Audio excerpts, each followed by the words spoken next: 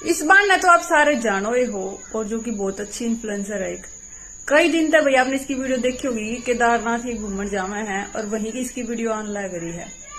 बिल्कुल सच्चे भाव से वहां गई, बिल्कुल पैदल यात्रा करी ताकि भाई अच्छे से दर्शन कर सकें और मन खुश होगा।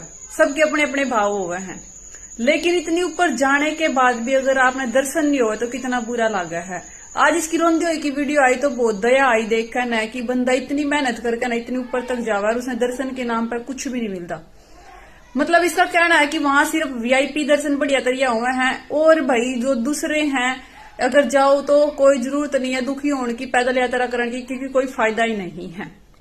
वीआईपी दर्शन इतनी सब बेकार चीज है भाई। नू बताओ मैंने, भगवान अमीरा खातर अलग है कि भगवान खातर तो सब बराबर हो गए हैं। और वीआईपी दर्शन सच में बंद करने चाहिए।